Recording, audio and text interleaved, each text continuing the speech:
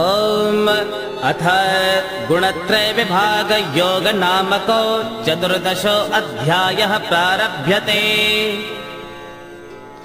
श्री भगवानुवाच परं भूय प्रवक्ष्यामि ज्ञानानां ज्ञानमुत्तमम् यज्ञात्वा मुनयः सर्वे परां सिद्धिमितो गताः।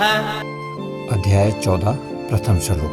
भगवान श्री कृष्ण ने कहा, हे अर्जुन, समस्त ज्ञानों में भी सर्वश्रेष्ठ इस परम ज्ञान को मैं तेरे लिए फिर से कहता हूँ, जिसे जानकर सभी संत मुनियों ने इस संसार से मुक्त होकर परम सिद्धि को प्राप्त किया है।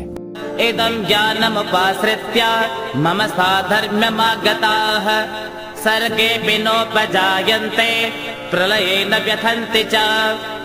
इस ज्ञान में स्थिर होकर वह मनुष्य मेरे जैसे स्वभाव को ही प्राप्त होता है। वह जीव ना तो सृष्टि के प्रारंभ में फिर से उत्पन्न ही होता है और ना ही प्रलय के समय कभी व्याकुल होता है। मम योनिर्महद् ब्रह्म तस्मिन् गर्भं दधाम्यहम् सम्भवः सर्वभूतानां ततो भवति भारत। हे भरतवंशी, मेरी यह 8 तत्वों वाली जड़ प्रकृति अर्थात जल, अग्नि, वायु, पृथ्वी, आकाश, मन, बुद्धि और अहंकार ही समस्त वस्तुओं को उत्पन्न करने वाली योनि अर्थात माता है, और मैं ही ब्रह्मा अर्थात आत्मा रूप में चेतन रूपी बीज को स्थापित करता हूँ। इस जड़ चेतन के संयोग से ही सभी चर अचर प्राणियों का जन्म संभव होता है। सर्वयोनिषु कौन्तेय मूर्तयः सम्भवन्ति याः तासां ब्रह्म महद्योनिं रहं बीजप्रदः पिता।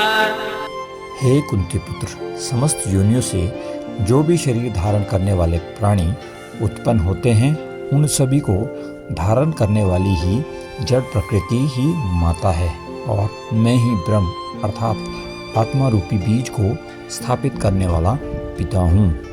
सत्वं रजस्तम इति गुणा प्रकृति संभवाः निबध्नन्ति महाबाहो देहे देहिनमव्ययम्। हे महाबाहु अर्जुन, सात्विक गुण, राजसिक गुण और तामसिक गुण, यह तीनों गुण भौतिक प्रकृति से ही उत्पन्न होते हैं। प्रकृति से उत्पन्न तीनों गुणों के कारण ही अविनाशी जीवात्मा शरीर में बंध जाती है। तत्र सत्वं निर्मलत्वात् प्रकाशकामनामयम् सुखसंगेन बध्नाते ज्ञानसंगेन च नघ। हे निष्पाप अर्जुन, सत्वगुण अन्य गुणों की अपेक्षा अधिक शुद्ध होने के कारण पाप कर्मों से जीव को मुक्त करके आत्मा को प्रकाशित करने वाला होता है, जिससे जीव सुख और ज्ञान के अहंकार में बंध जाता है। रजो रागात्मकं विद्धि तृष्णा संग समुद्भवम् तन्निबध्नाते कौन्तेय कर्म संगेन देहिनम्। हे कुंती पुत्र, रजोगुण को कामना और लाभ के कारण उत्पन्न हुआ समझ, जिसके कारण शरीरधारी जीव सकाम कर्मों अर्थात फल की आसक्ति में बंध जाता है। तमस्त्वज्ञानजं विद्धि मोहनं सर्वदेहिनां प्रमादालस्य निद्रार्हे तन्निबध्नाति भारत। हे भरतवंशी अर्जुन, संपूर्ण देहधारियों को मोहित करने वाले तमोगुण को तुम अज्ञान से उत्पन्न होने वाला समझो। वह प्रमाद, आलस्य और निद्रा के द्वारा देहधारियों को बांधता है। सत्वं सुखे संजयते रजः कर्मणि भारत ज्ञानमावृत्य तु तमः प्रमादे संजयत्यता। हे अर्जुन, सतोगुण मनुष्य को सुख में बांधता है, रजोगुण मनुष्य को सकाम कर्म में बांधता है और तमोगुण मनुष्य के ज्ञान को ढककर प्रमाद में बांधता है। रजस्तमश्चाभिभूय सत्वं भवति भारत रजः सत्वं तमश्चैव तमः सत्वं रजस्तथा। हे भरतवंशी अर्जुन, रजोगुण और तमोगुण के घटने पर सतोगुण बढ़ता है, सतोगुण और रजोगुण के घटने पर तमोगुण बढ़ता है। इसी प्रकार तमोगुण और सतोगुण के घटने पर रजोगुण बढ़ता है। सर्वद्वारेषु देहेऽस्मिन् प्रकाश उपजायते ज्ञानं यदा तदा विद्यात् विवृद्धं सत्त्वमित्युत। जिस समय इस शरीर के सभी 9 द्वारों अर्थात 2 आंखें, 2 कान, 2 नथुने, मुख, गुदा और उपस्थ में ज्ञान का प्रकाश उत्पन्न होता है, उस समय सत्वगुण विशेष बुद्धि को प्राप्त होता है। लोभः प्रवृत्तिरारम्भः कर्मणां शमः स्पृहा राजस्येतानि जायन्ते विवृद्धे भरतर्षभा। हे भरतवंशियों में श्रेष्ठ, जब रजोगुण विशेष बुद्धि को प्राप्त होता है तब लोभ के उत्पन्न होने के कारण फल की इच्छा से कार्यों को करने की प्रवृत्ति और मन की चंचलता के कारण विषय भोगों को भोगने की अनियंत्रित इच्छा बढ़ने लगती है। अप्रकाशो प्रवृत्तिश्च प्रमादो मोह एव च तमस्येतानि जायन्ते विवृद्धे कुरु नंदन। हे कुरुवंशी अर्जुन, जब तमोगुण विशेष बुद्धि को प्राप्त होता है तब अज्ञान रूपी अंधकार, कर्तव्य कर्मों को ना करने की प्रवृत्ति, पागलपन की अवस्था और मोह के कारण ना करने योग्य कार्य करने की प्रवृत्ति बढ़ने लगती है। यदा सत्त्वे प्रवृद्धे तो प्रलयं याति देहभृत् तदोत्तमविदां लोकान् नमलान् प्रतिपद्यते। जब कोई जीव सत्वगुण की प्रवृत्ति में मृत्यु को प्राप्त होता है तब उत्तम कार्य करने वालों के निर्मल अर्थात स्वर्ग आदि लोकों को प्राप्त होता है। रजसे प्रलयं गत्वा कर्म संगिषु जायते तथा प्रलयेन तस्तमसे मूढयोनिषु जायते। जब कोई मनुष्य में रजोगुण की बुद्धि होने पर मृत्यु को प्राप्त होता है तब वह सकाम कर्म करने वाले मनुष्यों में जन्म लेता है और उसी प्रकार तमोगुण की बुद्धि होने पर मृत्यु को प्राप्त मनुष्य पशु पक्षियों आदि निम्न योनियों में जन्म लेता है। कर्मणः सुकृतस्याहो सात्विकं निर्मलं फलं रजसस्तु फलं दुःखम् अज्ञानं तमसः फलम्। सत्वगुण में किए गए कर्म का फल सुख और ज्ञान युक्त निर्मल फल कहा गया है। रजोगुण में किए गए कर्म का फल दुख कहा गया है और तमोगुण में किए गए कर्म का फल अज्ञान कहा गया है। सत्त्वा संजायते ज्ञानं रजसो लोभ एव च प्रमादमोहो तमसो भवतो ज्ञानमेव च। सत्वगुण से वास्तविक ज्ञान उत्पन्न होता है, रजोगुण से निश्चित रूप से लोभ ही उत्पन्न होता है और तमोगुण से निश्चित रूप से प्रमाद, मोह, अज्ञान ही उत्पन्न होता है। ऊर्ध्वं गच्छन्ति सत्त्वस्था मध्ये तिष्ठन्ति राजसाः जगन्यगुणवृत्तिस्था अधो गच्छन्ति तामसाः। सत्वगुण में स्थित जीव स्वर्ग के उच्च लोकों को जाता है, रजोगुण में स्थित जीव मध्य में पृथ्वीलोक में ही रह जाते हैं और तमोगुण में स्थित जीव पशु आदि नीच योनियों में नरक को जाते हैं। नान्यं गुणेभ्यः कर्तारं यदा द्रष्टा न पश्यते गुणेभ्यश्च परं वेत्ते मद्भावं सोते गच्छते।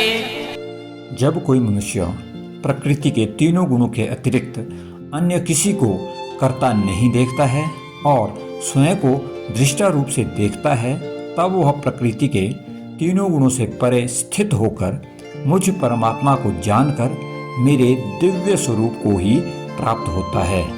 गुणानेतानतीत्यत् त्रिन्देहि देह समुद्भवान् जन्म मृत्यु जरा दुःखैर् विमुक्ते मृतमश्नुते। जब शरीरधारी जीव प्रकृति के इन तीनों गुणों को पार कर जाता है तब वह मृत्यु, जन्म, बूढ़ापा तथा सभी प्रकार के कष्टों से मुक्त होकर इसी जीवन में परम आनंद स्वरूप अमृत का भोग करता है। अर्जुन उवाच कैर्लिङ्गे स्त्रीन् गुणान्नेतान् न ते तो भवति प्रभो किमाचार कथं चेतान् स्त्रीगुणानति वर्तते। अर्जुन ने पूछा, हे प्रभु, प्रकृति के तीनों गुणों को पार किया हुआ मनुष्य किन लक्षणों के द्वारा जाना जाता है और उसका आचरण कैसा होता है तथा वह मनुष्य प्रकृति के तीनों गुणों को किस प्रकार से पार कर पाता है। श्री भगवानुवाच प्रकाशं च प्रवृत्तिं च मोहमेव च पाण्डव न द्वेष्टे संप्रवृत्तानि न निवृत्तानि काङ्क्षते। भगवान श्री कृष्ण ने कहा, हे पांडव अर्थात ज्ञानी पुरुष, प्रकाश प्रवृत्ति और मोह के प्रवृत्त होने पर भी उसका द्वेष नहीं करता तथा निवृत्त होने पर भी उनकी आकांक्षा नहीं करता है। उदासेन वदासेन गुणैर्यो न विचल्यते गुणा वर्तन्त इत्येव योऽवतिष्ठति निङ्गते।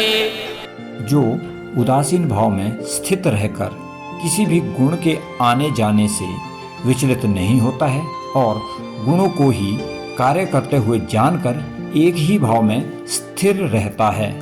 सम दुःख सुख स्वस्थ समलोष्टास्म काञ्चन तुल्य प्रिया प्रियो धीर तुल्य निंदात्म संस्तुतिः।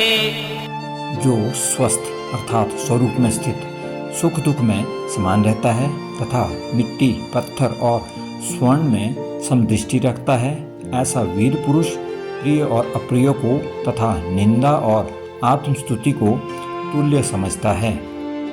मानापमानयोस्तुल्य तुल्यो मित्रारिपक्षयोः सर्वारंभ परित्यागे गुणातीतः उच्यते।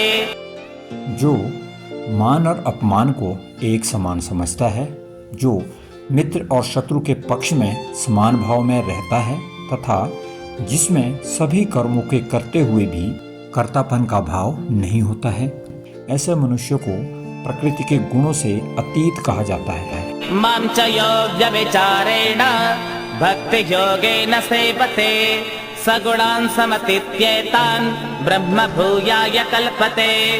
जो मनुष्य हर परिस्थिति में बिना विचलित हुए अनन्य भाव से मेरी भक्ति में स्थिर रहता है, वह भक्त प्रकृति के तीनों गुणों को अतिशीघ्र पार करके ब्रह्म पद पर स्थित हो जाता है।